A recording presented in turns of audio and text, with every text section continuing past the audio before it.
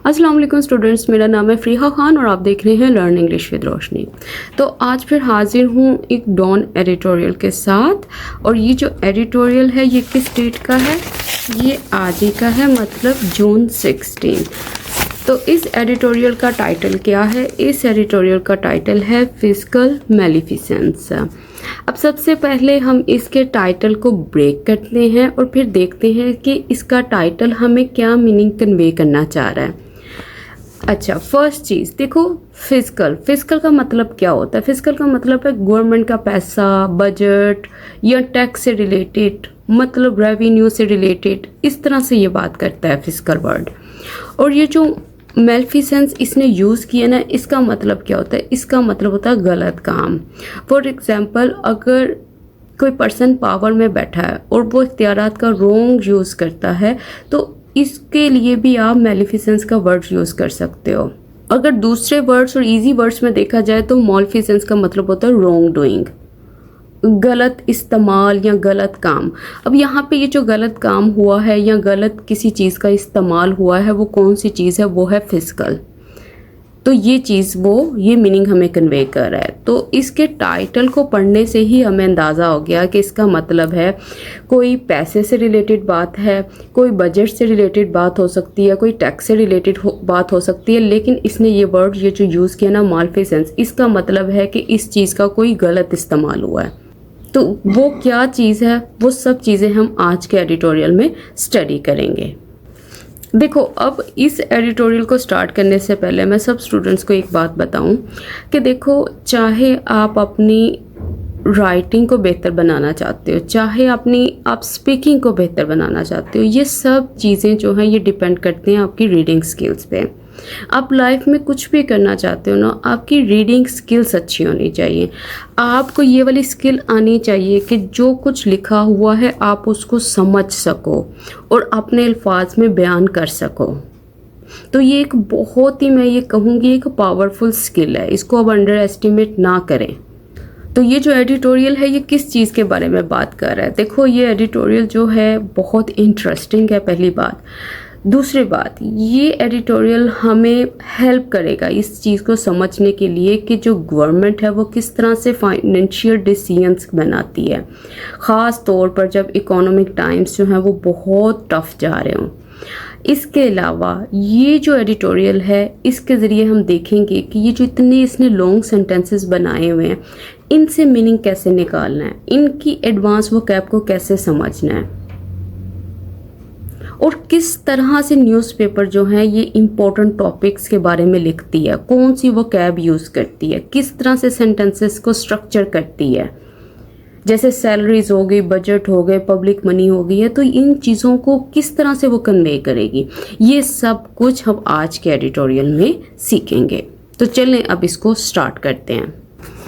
अब वो कह रहा है इट इज़ गॉलिंग दैट, कहता है ये जो चीज़ है ये बहुत ही तकलीफ दे है, या ये समझ लो कि ये जो चीज़ है ये बहुत ही अजियतनाक है। अच्छा, कौन सी बात? कहता इवन इन दीज टाइम्स, के यहाँ तक इन वक्तों में। अच्छा, कौन से वक्तों में? कह रहा है ऑफ इकोनॉमिक डिस्ट्रेस, इन वक्तों में जब मौशी मुश्किलात हैं, परेशानियाँ हैं। कहता व्हेन हार्डशिप हैज़ पुश्ड, के जो हार्डशिप है, जो मुश्किलात हैं, हैज़ पुश, वो पुश कर चुकी हैं मिलियंस ऑफ ऑर्डिनरी पाकिस्तानीज, मतलब लाखों आम पाकिस्तानियों को। अच्छा, कहाँ पे पुश किया उसने? कह रहा है कि क्लोज टू, कहता बहुत ही नज़दीक, और कहता यहाँ बिलो द पॉवर्टी लाइन, और पॉवर्टी लाइन के नीचे। कहता कि ये बहुत ही अजियतनाक चीज़ है कि इन वक्तों में जब इकोनॉमिक डिस्ट्रेस है, जब मौशी मुश्किलात हैं, कहता जब वो हार्डशिप जो है वो पुश कर चुकी है, वो धकेल चुकी है, किनको? इन पाकिस्तानीज को। कहाँ? कहता क्लोज और बिलो पॉवर्टी लाइन, मतलब यहाँ तक वो उनको ले आई है। फिर कोमा, द डिसीजन मेकर्स, कहता जो डिसीजन मेकर्स हैं, जो फैसला करने वाले हैं, सीम, कहता दिखाई देते हैं। अच्छा, क्या दिखाई देते हैं? चलो मैं इसको सेट कर लूँ ज़रा। To have made their own prosperity, a top priority, कि ऐसा दिखाई देता है कि जो डिसीजन मेकर्स हैं वो इस चीज़ को बना चुके हैं। किस चीज़ को बना चुके हैं टॉप प्रायोरिटी? कहता उनकी प्रॉस्पेरिटी को, उनकी खुशहाली को। मतलब ये जो चीज़ है ये इनकी लिस्ट में सबसे पहले है। अब यहाँ से यहाँ तक हमारा सेंटेंस बना हुआ है। अब इसको जोड़ते हैं और देखते हैं वो कहना क्या चाह रहा है। कहता है ये तो बात बहुत ही गॉलिंग है, बहुत ही अजियतनाक है। कहता जब ये वाला वक्त चल रहा है, मतलब इकोनॉमिक डिस्ट्रेस का। कहता जब हार्डशिप जो है जिसने पुश कर दिया आम पाकिस्तानियों को यहाँ तक। कहता जो डिसीजन मेकर्स हैं, मतलब वो लोग जो पावर में हैं, कहते ऐसा दिखाई देता है कि वो इस चीज़ को अपनी टॉप प्रायोरिटी बना चुके हैं। किस चीज़ को? अपनी प्रॉस्पेरिटी को। मतलब उनके लिए सबसे अव्वल तरजीह क्या है, प्रायोरिटी क्या है? उनका अपना कंफर्ट, उनकी अपनी वेल्थ। वो ये बात कहना चाह रहा है। अब इसकी वो कैप चेक करते हैं। देखो गॉलिंग क्या चीज़ होती है? गॉलिंग का मतलब होता है वो चीज़ जो तकलीफ दे हो, जो आपको इरिटेट करे, जो आपको गुस्सा दिलाए। मतलब आपको उससे देखकर गुस्सा आ रहा है, चिढ़ चढ़ रही है। अच्छा, अब यहाँ पे इसने यूज़ किया टाइम्स, इन दीज टाइम्स। देखो असल में ये जो फ्रेज़ है ना, इन द टाइम्स, इसका मतलब होता है ये ओकेजन्स की बात करती है। ये बताती है कि इन मौक़ों पर। और ये कौन से मौके हैं? उसने कहा ये इकोनॉमिक डिस्ट्रेस के मौके हैं। देखो डिस्ट्रेस का मतलब होता है सफरिंग, तकलीफ, ट्रबल, मुसीबत या क्राइसिस का वक्त।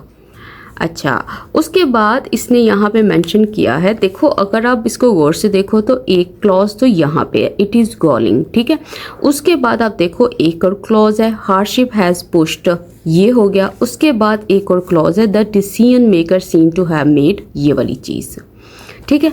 अच्छा, अब आप एक चीज़ नोट किया करो कि जब भी ये एडिटोरियल को स्टार्ट करता है इसकी अप्रोच क्या होती है।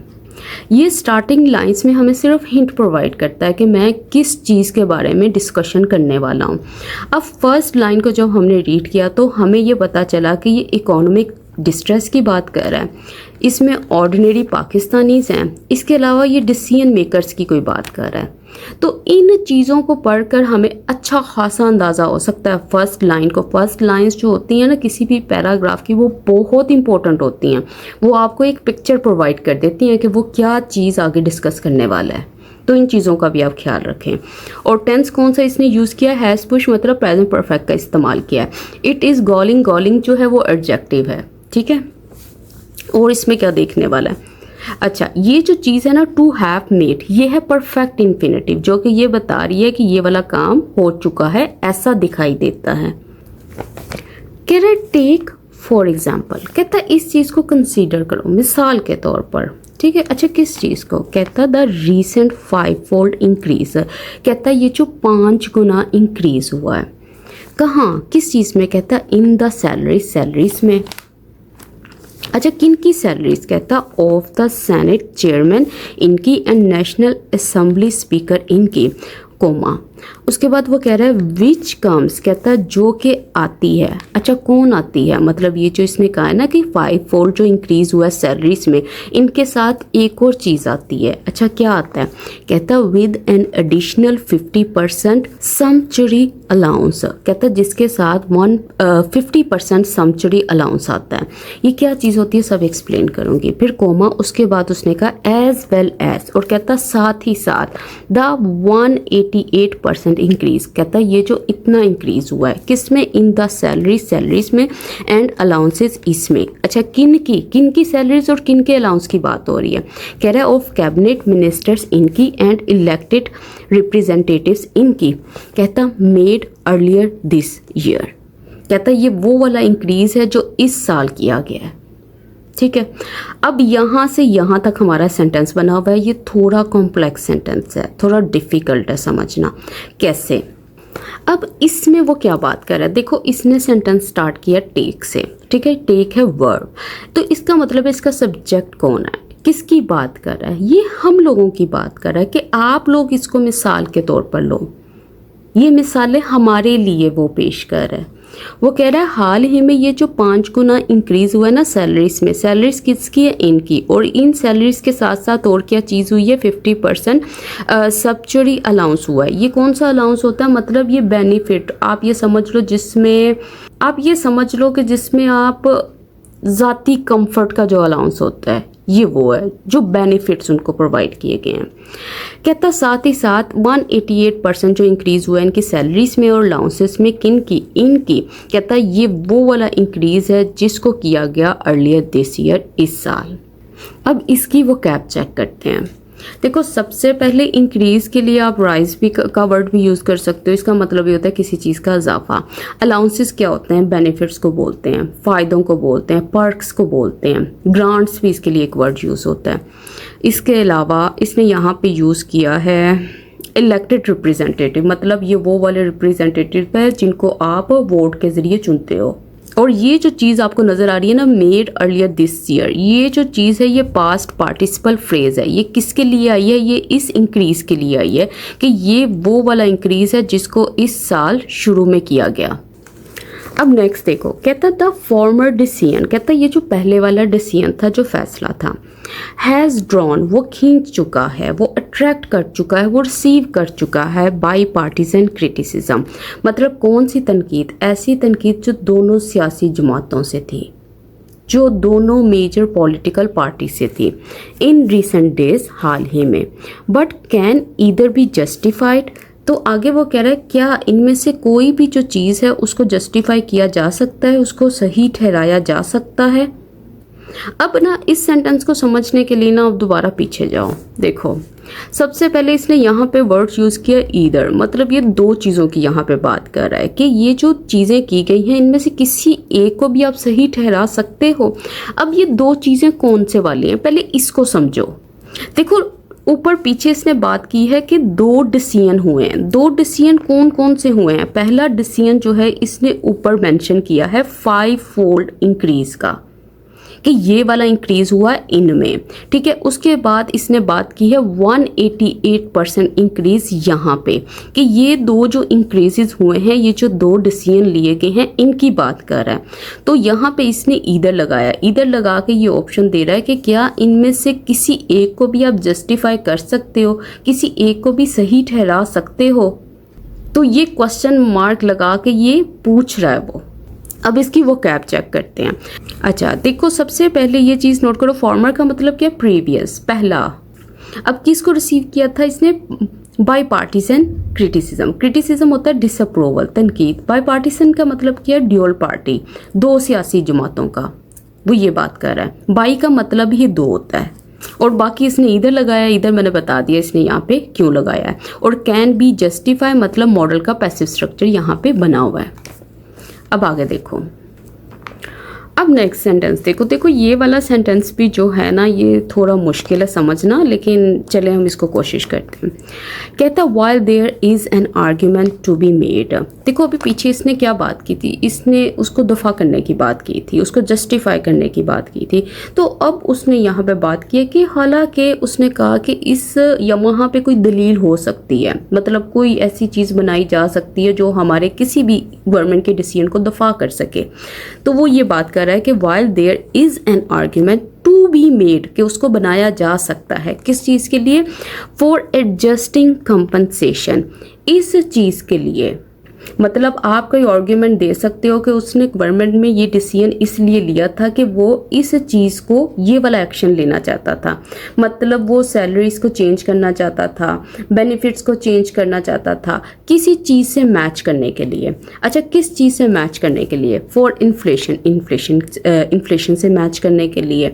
मतलब कि अगर उसने सैलरीज को इंक्रीज़ किया था तो उसने ये देखा था कि इन्फ्लेशन बहुत ज़्यादा हो गई है, तो इस वजह से उसने ये वाला जो डिसीजन हैं वो लिया।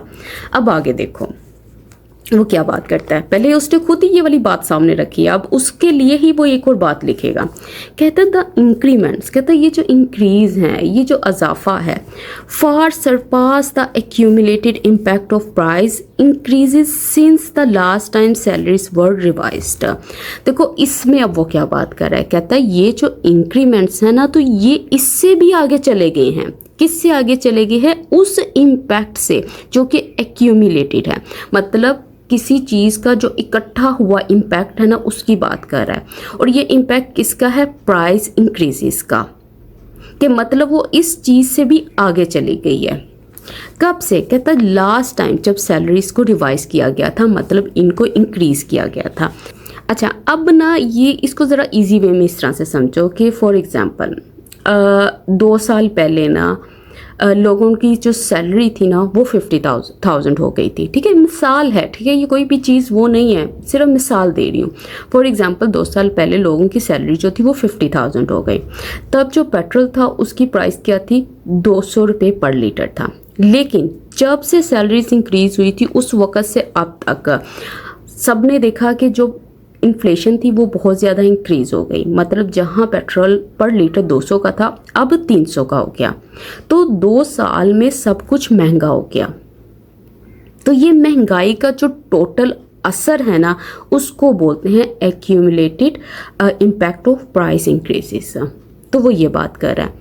फिर उसने एक और बात सामने रखी, उसने कहा अगर सैलरी को महंगाई के मुताबिक थोड़ा सा आपने ऊपर नीचे किया है या इंक्रीज़ किया है तो ठीक था, लेकिन अब आपने सैलरी को 5 गुना ज़्यादा इंक्रीज़ कर दिया है जो कि महंगाई से काफ़ी ज़्यादा है। वो ये एतराज़ सामने रख रहा है इन लाइंस में।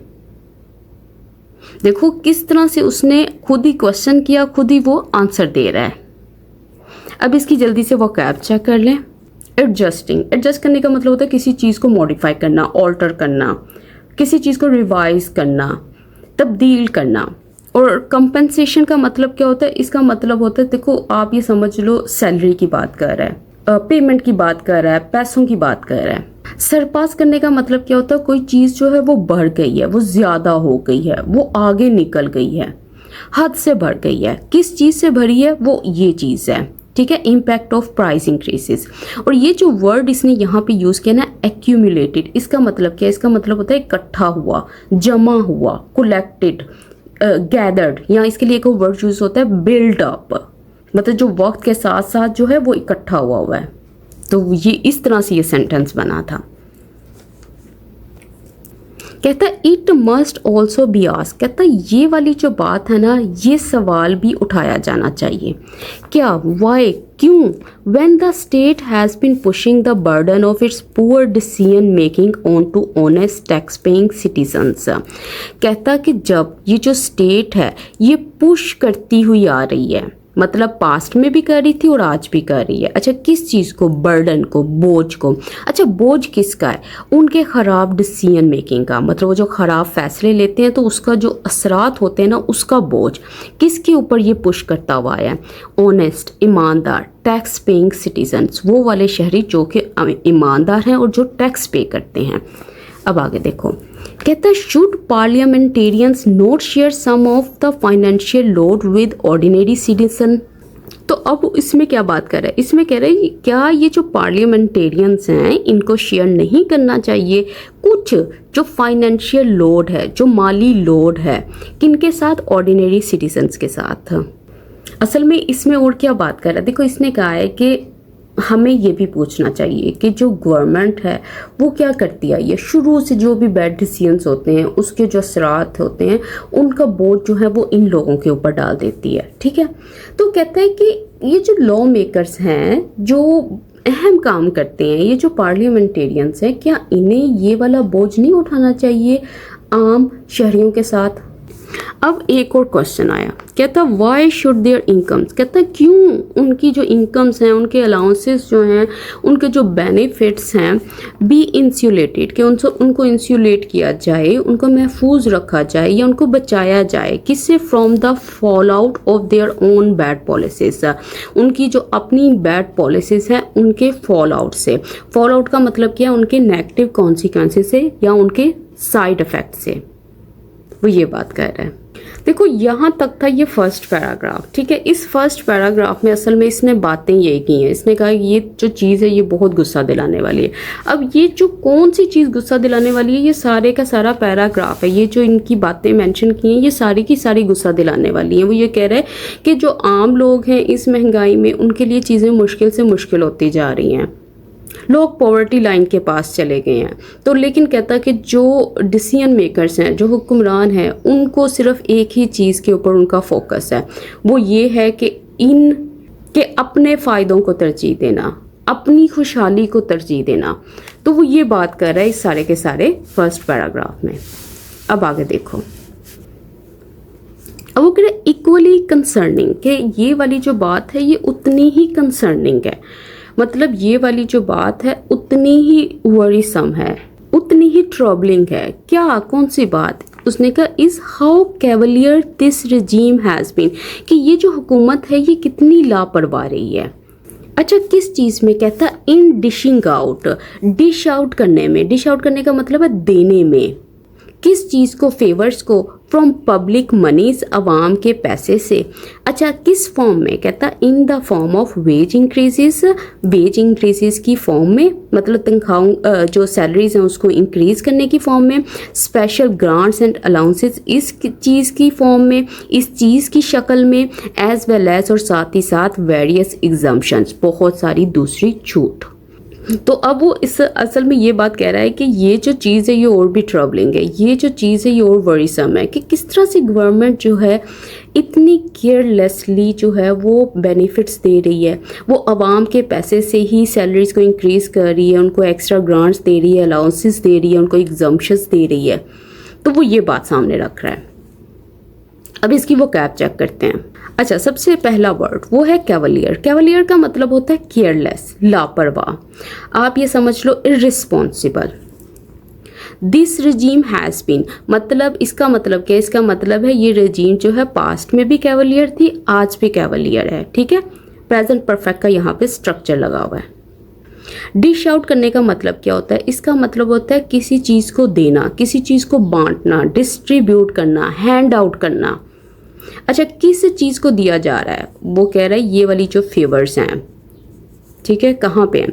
इंक्रीजेज हो रहे हैं, जो वेज इंक्रीजेज हो रहे हैं, ग्रांट्स जो हैं उनको बढ़ा रहे हैं, अलाउंसेस को बढ़ा रहे हैं, और इसके अलावा एग्जम्पशंस। एग्जम्पशंस का मतलब क्या होता है? देखो, एग्जम्पशंस का मतलब होता है छूट, माफ़ी, उनको रिलीफ प्रोवाइड किए जा रहे हैं। अब आगे देखो, अब किस तरह से प्रोवाइड किए जा रहे हैं, शायद ये आगे एग्जाम्पल देगा। कह रहा है फॉर एग्जाम्पल, मिसाल के तौर पर, सैलरीज एंड अलाउंसेस फॉर जजेस वर इंक्रीज्ड। कहता जो सैलरीज और अलाउंसेस थे ना जजेस के लिए, उनको इंक्रीज किया गया था in the outgoing physical year, मतलब पिछले फिजिकल ईयर में, मतलब वो वाले फाइनेंशियल ईयर में जो अभी अभी एंड हुआ है। अच्छा, किस तरह से इंक्रीज किया गया था? कहता बाय आई वाटरिंग अमाउंट्स, मतलब ऐसी अमाउंट्स में जो कि आई वाटरिंग थी, मतलब जिसको देखकर आप शॉक्ड हो जाओ, अब बहुत ही हैरान हो जाओ, इतनी बड़ी अमाउंट्स में। कहता वाइल, जबकि बार काउंसिल्स वर हैंडेड, जो बार काउंसिल्स थी उनको हैंड किया गया, उनको दिया गया क्या? स्पेशल ग्रांट्स, मतलब मज़ीद फाइनेंशियल हेल्प। एज, कहता बिकॉज, क्योंकि द गवर्नमेंट ऑस्टेंसिबली, जो गवर्नमेंट है ना बज़ाहिरी तौर पर ट्राइड, वो कोशिश कर रही है टू करी favour with the legal community. अच्छा देखो, अब ये क्या चीज़ें हैं ये मैं आपको ज़रा तफसील से बताती हूँ। देखो, इसने बात की है कि जो लास्ट ईयर जो फाइनेंशियल ईयर था ना, उसमें क्या हुआ? उसमें ये हुआ कि जो जजेस थे उनकी सैलरीज बहुत ज़्यादा ह्यूज थी, अलाउंसेस बहुत ज़्यादा इंक्रीज़ किए गए थे। जो बार काउंसिल्स हैं उनको स्पेशल फाइनेंशियल सपोर्ट प्रोवाइड की गई, ये जो इसने ग्रांट्स यहाँ पे वर्ड यूज़ किया। इसके अलावा उसने कहा क्योंकि जो गवर्नमेंट है ना बज़ाहिरी तौर पर वो प्रिटेंड कर रही थी कि वो ऐसा कर रही है कोई नॉर्मल रीजंस के लिए, मतलब वो नॉर्मल रीजंस प्रोवाइड कर रही थी कि वो इसलिए इनकी कर रही हैं, ये जो इन्फ्लेशन हो गया ये वाले रीजंस हो गए। लेकिन कहता अगर असल देखा जाए तो ऐसा दिखाई दे रहा था कि ये जो गवर्नमेंट है ये प्लीज़ करने की कोशिश कर रही है, ये सपोर्ट को विन करने की कोशिश कर रही है। कहाँ से? कहता लीगल कम्युनिटी से, मतलब जजेस से, लॉयर से, बार काउंसिल से, वो ये बात कर रहा है। अब इसकी वो कैप चेक करते हैं। अच्छा, सबसे पहले तो ये देखो सैलरीज एंड अलाउंसेस, ये हमारा सब्जेक्ट है वर्ड इंक्रीज को इंक्रीज किया गया था, पैसिव स्ट्रक्चर बना हुआ है। अच्छा, और इसके अलावा आई वाटरिंग, आई वाटरिंग का मतलब होता है शॉकिंग, जो चीज़ हैरान कर दे, जो मैसिव हो, जो बहुत बड़ी हो, जो स्टैगरिंग हो, हैरान कुन हो। उसके बाद इसने यूज़ किया वर्ड ऑस्टेंसिबली। ऑस्टेंसिबली का मतलब होता है अपेरेंटली, सीमिंगली, बज़ाहिरी तौर पर। और उसके बाद इसने यहाँ पे यूज़ किया करी फेवर। देखो करी फेवर का मतलब क्या होता है, इसका मतलब होता है किसी की सपोर्ट हासिल करना, किसी को थोड़ा फ़ायदा देकर या किसी को चापलूसी करके अपना फ़ायदा निकालना। कहता सेपरेटली, मतलब वो कह रहा है अब ये वाली जो चीज़ है ये एक अलग प्रॉब्लम है, एक अलग आप ये समझ लो इशू है। क्या देयर हैज़ बिन क्रिटिसिज्म, कहता वहाँ पे क्रिटिसिज्म रहा है, तनकीद रही है। किसके बारे में? About how media loyalties appear to have been influenced by government advertisements, कि किस तरह से जो मीडिया लॉयल्टीज़ हैं, जो मीडिया की सपोर्ट है, कहता जो कि दिखाई देती है कि वो बहुत ही ज़्यादा इन्फ्लुएंस जो हैं वो हो चुके हैं। किसके ज़रिए? कहता गवर्नमेंट एडवर्टाइजमेंट, इनके ज़रिए। कहता विच आर पेड, कहता जिनको अदा किया जाता है फॉर बाय द पब्लिक, मतलब पब्लिक की अमाउंट से। अच्छा देखो इसमें क्या कह रहा है, कहता है कि ये तो चीज़ है, ये अलग इशू है, मतलब लोग इसको क्रिटिसाइज कर रहे हैं।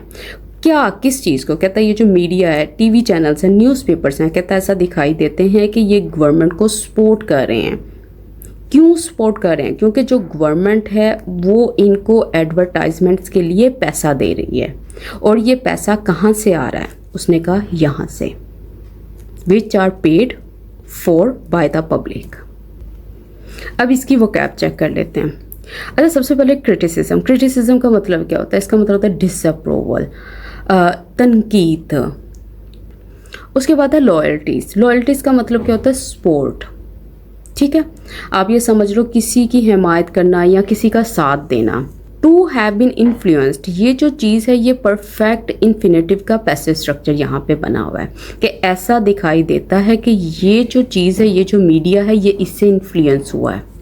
इन्फ्लुएंस होने का मतलब क्या होता है? इसका मतलब इससे अफेक्टेड है, वो आप ये समझ लो वो इसके काबू में है। अब आगे चलते हैं। अब वो कह रहा है लाइकवाइज, कहता इसी तरह से या इसी अंदाज में। अब क्या हुआ? कहता the finance minister recently announce, कहता हाल ही में इसने अनाउंस किया, इसने ऐलान किया है अ स्पेशल रिलीफ, एक ख़ास रिलीफ अलाउंस का, at 50% of the basic salary, मतलब बेसिक सैलरी का 50% इंक्रीज। अच्छा किन के लिए? कहता फॉर आर्म्ड फोर्सेस ऑफिसर्स, इनके लिए, and 20% for junior commissioned officers and soldiers, इनके लिए। अच्छा देखो अब ये वाला जो सेंटेंस है इसको भी आपको समझना पड़ेगा। इसने वर्ड यूज़ किया लाइकवाइज, मतलब पहले भी मैंने आपको इतनी एग्जांपल्स दी हैं कि किस तरह से ये सारा मामला जो है चला है।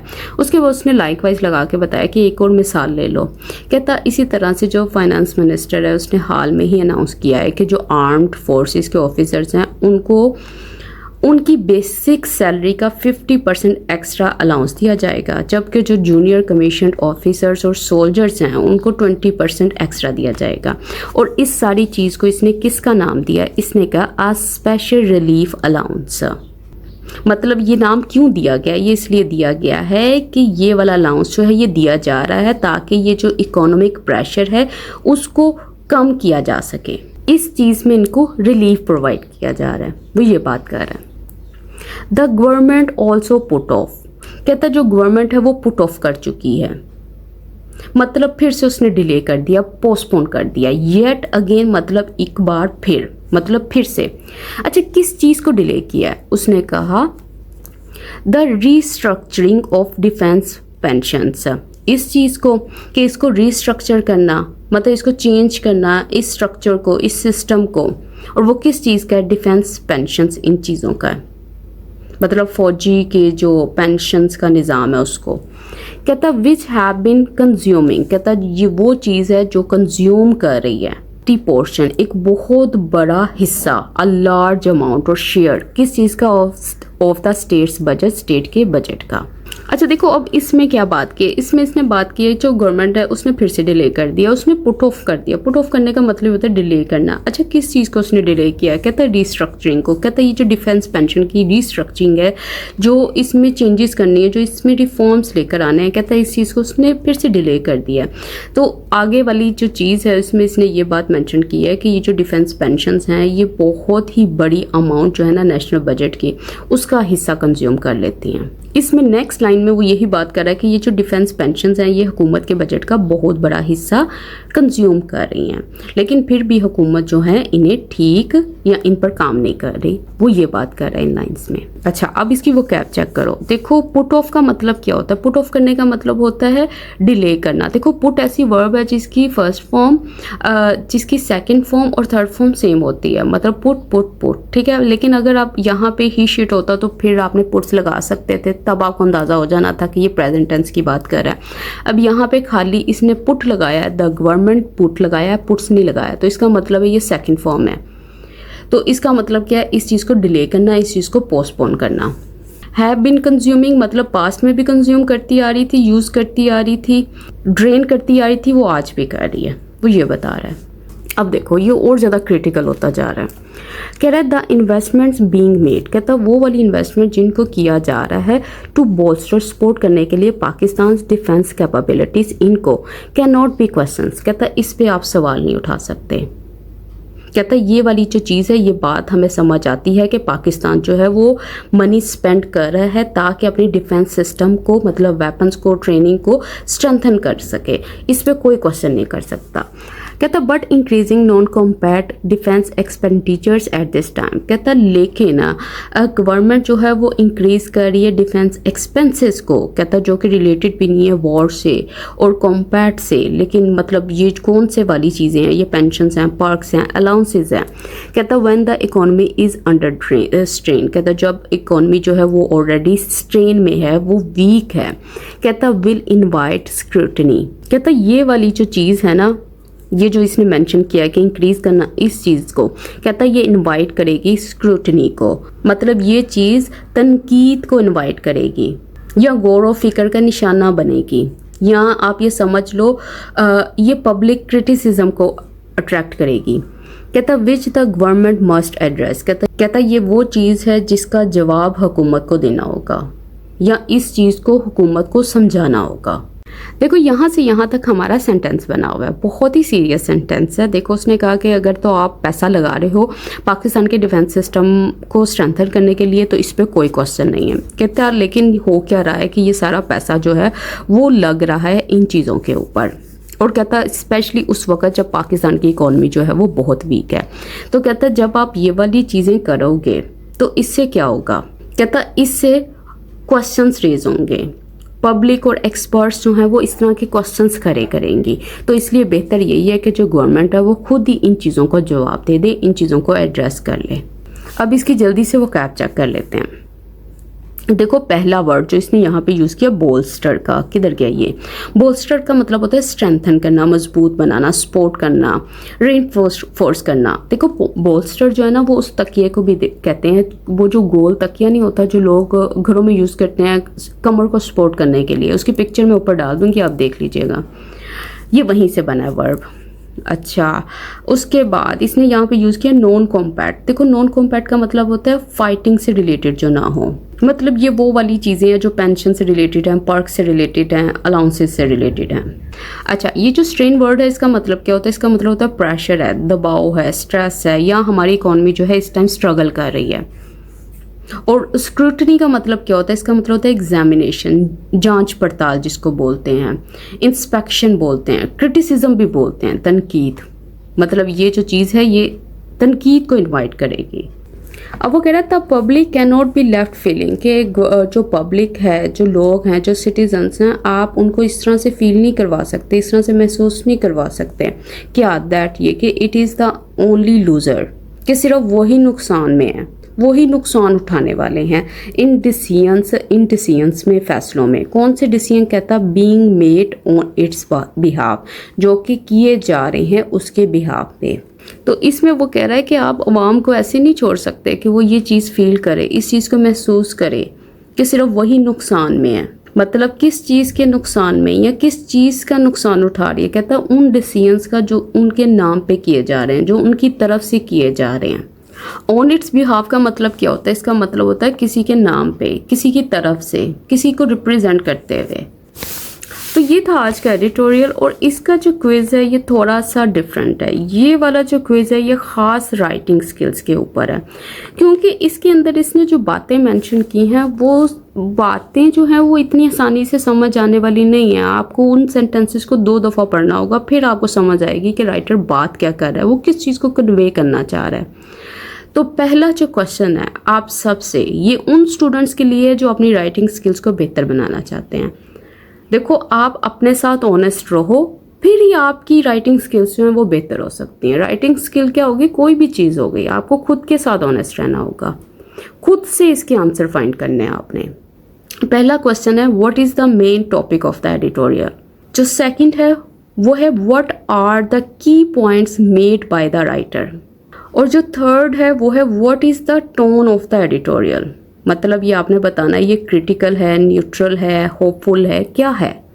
तो ये है आज के एडिटोरियल का क्विज़। तो आप सबसे रिक्वेस्ट है कि इसको करो, खुद को पुश करो, ताकि आप ये जो चीज़ है ना जो आपके लिए प्रॉब्लम बनी हुई है, आप इस चीज़ से बाहर निकल सको।